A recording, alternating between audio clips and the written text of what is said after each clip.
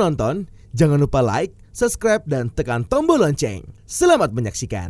Presiden RI Joko Widodo memimpin rapat terbatas membahas mengenai persiapan penyelenggaraan konferensi tingkat tinggi ke-42 ASEAN di Istana Merdeka, Jakarta.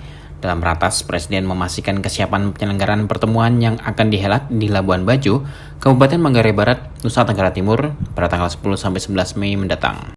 Disebutkan Menlu, selama 2 hari penyelenggaraan KTT, Presiden Jokowi akan mengikuti 8 pertemuan, yang 7 diantaranya akan dipimpin langsung oleh Presiden Jokowi. Pertemuan tersebut yaitu sesi plenary dan retreat. Pertemuan IMTGT, Indonesia, Malaysia, Thailand, Growth Triangle. Pertemuan BIMP, IEJA, Brunei, Indonesia, Malaysia, Philippines East Asian Growth Area, serta serangkaian pertemuan dengan parlemen, pebisnis, pemuda, dan High Level Task Force yang bertugas menyiapkan visi jangka panjang ASEAN. Terkait lokasi untuk KTT ke-42, Menlu menyampaikan bahwa pemilihan Labuan Bajo merupakan salah satu upaya pemerintah untuk mempromosikan destinasi ini secara global. Mengenai substansi KTT ke-42 ASEAN, Retno menegaskan bahwa kekuatan Indonesia tahun 2023 mendorong kawasan ASEAN yang lebih kuat dalam menghadapi tantangan serta memperkuat ketahanan ekonomi ASEAN. Sejalan dengan tema yang diusung yaitu ASEAN Matters, Epicentrum of Growth. Baru saja Presiden memang memimpin pertemuan ratas dan mengecek semuanya secara detail, termasuk urusan yang terkait dengan masalah pengamanan, infrastruktur, kesehatan, dan sebagainya, yang intinya semuanya on the right track. Tapi yang ingin saya sampaikan adalah khusus yang terkait dengan persiapan substansi. Sebagaimana teman-teman ketahui bahwa KTT ke-42 ASEAN akan diselenggarakan tanggal 10 dan 11 Mei di Labuan Bajo. Nah, selama keketuaan Indonesia ini akan ada lebih dari 500 pertemuan.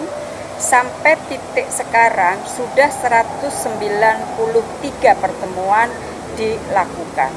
Nah, terkait dengan KTT ASEAN akan ada beberapa pertemuan yang mendahului, termasuk pertemuan di 3 pilar ASEAN. Sebagaimana teman-teman ketahui, ASEAN memiliki 3 pilar, pilar politik keamanan, pilar ekonomi, dan pilar sosial budaya, yang di Indonesia diketuai atau dikoordinir oleh masing-masing Menko, dan itu akan dilakukan misalnya untuk pilar politik keamanan akan dilakukan di Labuan Bajo tanggal 9, kemudian pilar ekonomi di Jakarta pada tanggal 7 Mei, dan pilar sosial budaya akan dilakukan di Bali pada tanggal 9. Nah, hasil pertemuan-pertemuan ini akan dibawa tentunya ke KTT, plus tentunya para Menteri Luar Negeri juga akan melakukan pertemuan di Labuan Bajo pada tanggal 9 Mei.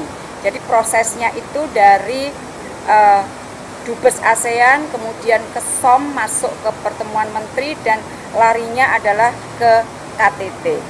Nah, Bapak Presiden sendiri selama 2 hari KTT akan mengikuti 8 pertemuan. Jadi KTT-nya itu akan ada 2 format, dalam format plenary maupun format retreat.